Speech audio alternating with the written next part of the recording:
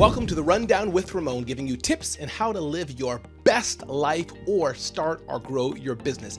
In today's episode, we're going to talk about how you can hire virtual assistants to help you grow or start your business, how not to let rejection keep you down, learning from the Barnes & Noble Resurgent or Experience Security.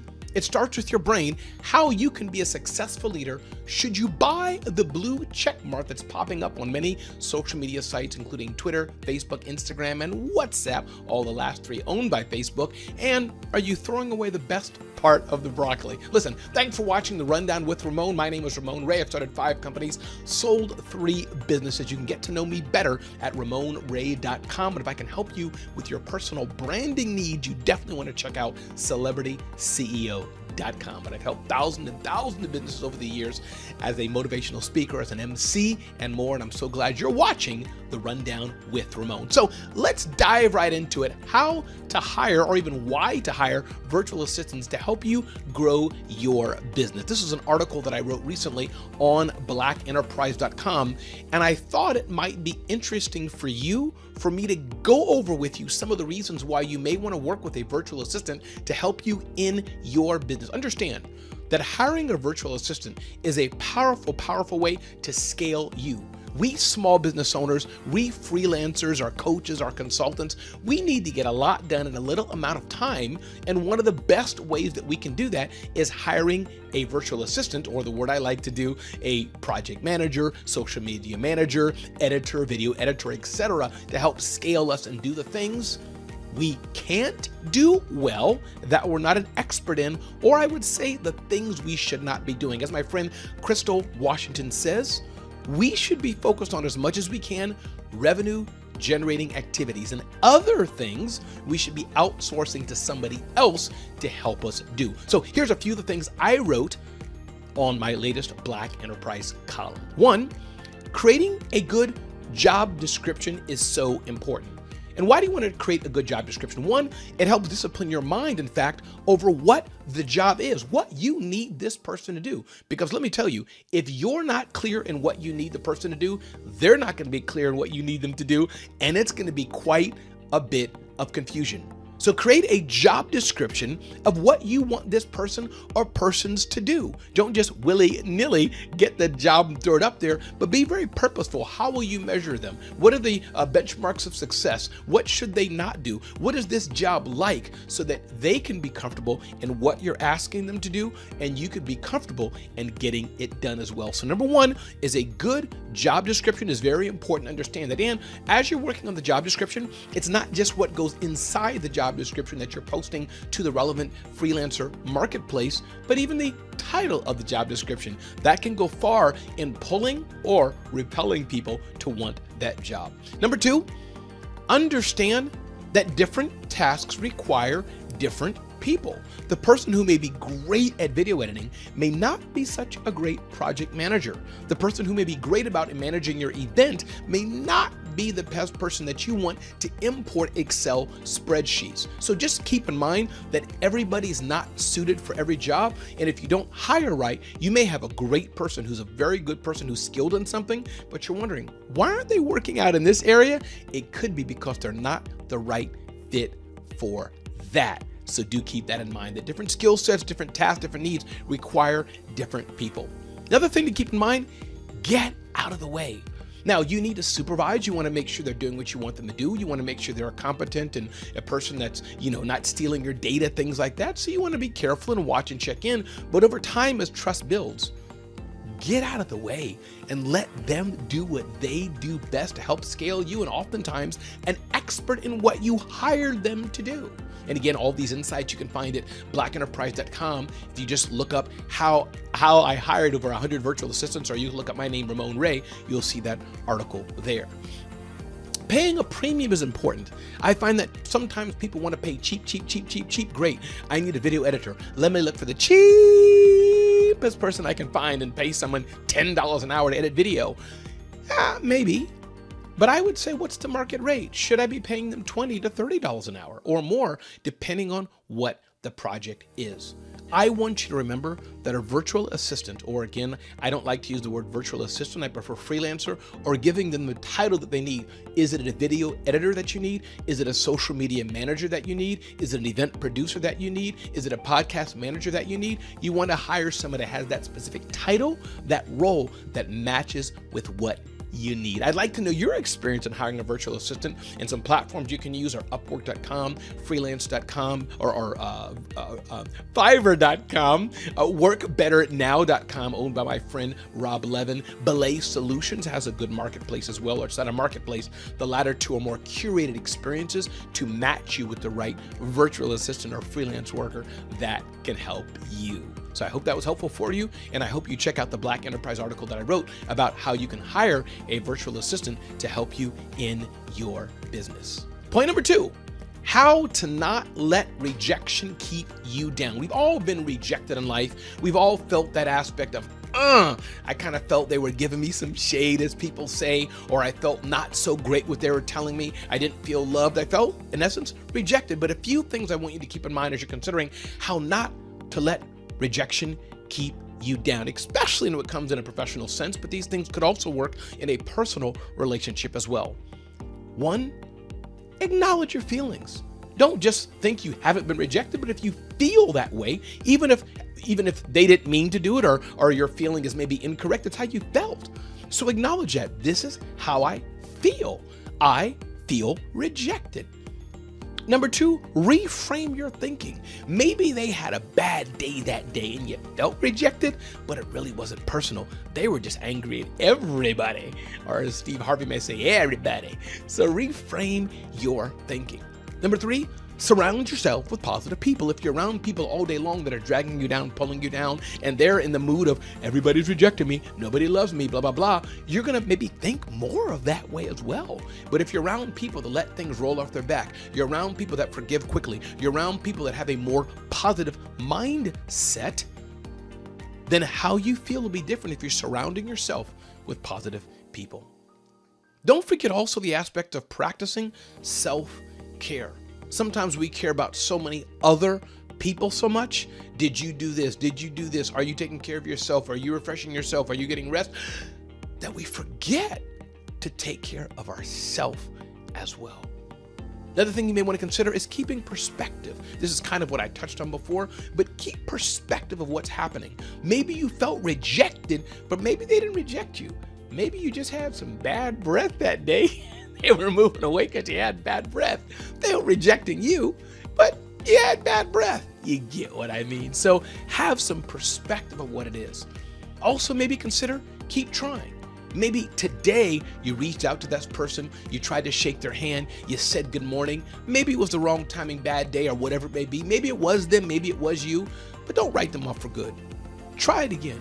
Give them another chance. And last tip that you may want to consider is celebrate your success. Celebrate your success. Because somebody rejected you doesn't mean everybody rejected you. And I'm sure you have people in your life who love you and positive things. So celebrate your success. Be grateful. These tips and more I got from one of my favorite websites, bwcdaily.com, bwcdaily.com. Tip number 3. Learning from Barnes and Noble. Barnes and Noble is that bookstore that many of us grew up loving. We'd go there and have our cup of coffee or tea, browse the bookshelves and look for books to sit down. We'd sit in a corner and read the book, or take stacks of books home and buy them if we didn't want to go to the library but wanted to buy a book. But Barnes & Noble's kind of became almost no more and closed many of their stores, but there seems to be a resurgence. Now, we don't know if this is a resurgence from a COVID bump or a post-COVID bump, but Barnes & Noble's is coming back. This is something that James Daunt, the chief executive of Barnes & Noble, was asked during the Book Industry Studies Group 2020 keynote address. And he answered this, why they're successful. And what the question was is, how is it that bookstores do justify themselves in the age of Amazon? Here was his answer. They do so by being places in which you discover books with an enjoyment, with a pleasure, with a serendipity that is simply impossible to replicate online. And to do that, you have to have a good bookstore. So a few things in here that apply not just to Barnes & Nobles, but apply to your business, my business as well. One, bring enjoyment or joy to everything you're doing. Bring pleasure to what you're doing. And the aspect of serendipity, while Netflix and Amazon and others are having these AI machine learning experiences that try to find you exactly what you want in the moment, the CEO of Barnes & Noble, James, is saying, you know what? There's something to just discovering. There's something to randomness. And James goes on to say the following: my view was that the reason bookstores had failed to defend themselves against Amazon is simply they weren't good enough, he told this Wall Street Journal reporter. And the only reason they would fail to defend themselves against Kindle is they wouldn't be good enough. So James is giving hope and saying, you know what? We can think of Amazon, we can think of them, but let's point the finger at ourselves. And this is what any good leader would do. Yeah, there's competition out there, but there's always going to be competition out there. The question is, what are you going to do about it? And are you looking more at the competition or looking more at how you can thrive in a chaotic situation? Another point here is security. This was an interesting article I read about why we are so prone to being had or being hooked by criminals in the online or insecure world. And the article says two simple things if you want to be more secure. One, stop multitasking. Stop doing so many things at once and clicking here, and everywhere. Instead, focus on what you're doing. Before you click, you may find yourself more secure just because you stopped multitasking. Number two, article says, pay attention to warnings. Your computer pops up and says, this link may be insecure. Are you still deciding to click the link? So pay attention to the many warning signs that are all around us. How to be a successful leader. Dave Ramsey, EntreLeadership, has some great articles about leadership, and I always love sharing and reading insight about how we can be better leaders. Leadership is one of the most important things I feel in starting and growing a business, even if you're a better leader to yourself. So what did Dave Ramsey say? One, every successful leader, or Dave Ramsey didn't write this, but you know the person who wrote this by Ramsey Solutions. Every leader must have integrity, some level of honesty about themselves, how they treat people, how they think of themselves. Number two, servant heartedness. Are you willing? Do you want to serve the other? Number three, a dose of humility. Yes, we're leaders. Yes, we're up front. Yes, we're in the limelight. Yes, we're in charge. Yes, we can tell people what to do. But are we doing that with humility? Number four, every leader must have vision. Are we setting the course for why we're doing what we're doing? Those who are following us, do they know why we're doing it? Decisiveness. A good leader has decisiveness. Somebody has to make a decision. Even if the decision was wrong, there was one military movie I was reading, even if the decision is wrong, and hopefully it's not catastrophic, you gotta make a decision. Left or right, can't him and haw. You gotta go somewhere. Number six, every leader must have discipline. A disciplined person doesn't mean discipline in the ranks per se or in the company, but does it mean self-discipline? I take it to mean that. Do you wake up on time? Do you arrive on time? Is your surrounding neat? Do you have a disciplined life? Are you cognizant and careful how you go about what you do? And discipline is a huge word that means many things to many people. Passion's important as a leader. Seventh point, are you excited about what you and the team and the people you're leading are doing? If you're passionate about it, that passion will go to other people. Loyalty is important. I've had to let go of people from time to time in the companies I've built. It's not easy. But when I do it with a dose of empathy. I let people know ahead of time. And loyalty is important because when things open up, if I'm hiring somebody back again, you're one of the first persons I want to hire and bring back. Attentiveness is important as a trait of a leader. Do you want to be known as a better communicator? Be a better listener. Listen. That's a great mark of a leader. And number 10, influence. Influential leaders lead with substance, communicate clearly, and help their team members win. This charisma, persuasion, and a genuinity about you is what attracts people to good leaders. And I'm reading here and quoting, as your team learns to trust you, they and your business will get even stronger. A lot in there for myself as I lead and grow my team as well. All right, let's move forward. I hope this was useful for you so far. And again, thanks for listening to The Rundown with Ramon on Black Enterprise. My name is Ramon Ray. You can get to know me better at RamonRay.com, and definitely check out Celebrity CEO, a brand new offering, all to help you build and start your personal brand.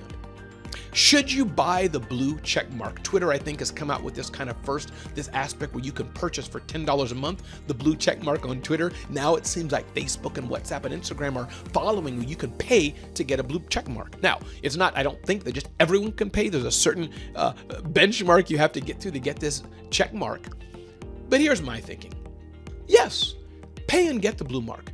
Not everybody will, and that is another thing that sets you apart. It's another thing that maybe makes your profile look a little better. It gives you some more visibility, gives you better recognition, and most likely those with the blue check mark are going to have more features and benefits from these social services. So I say, yeah, get the blue check mark, pay for it.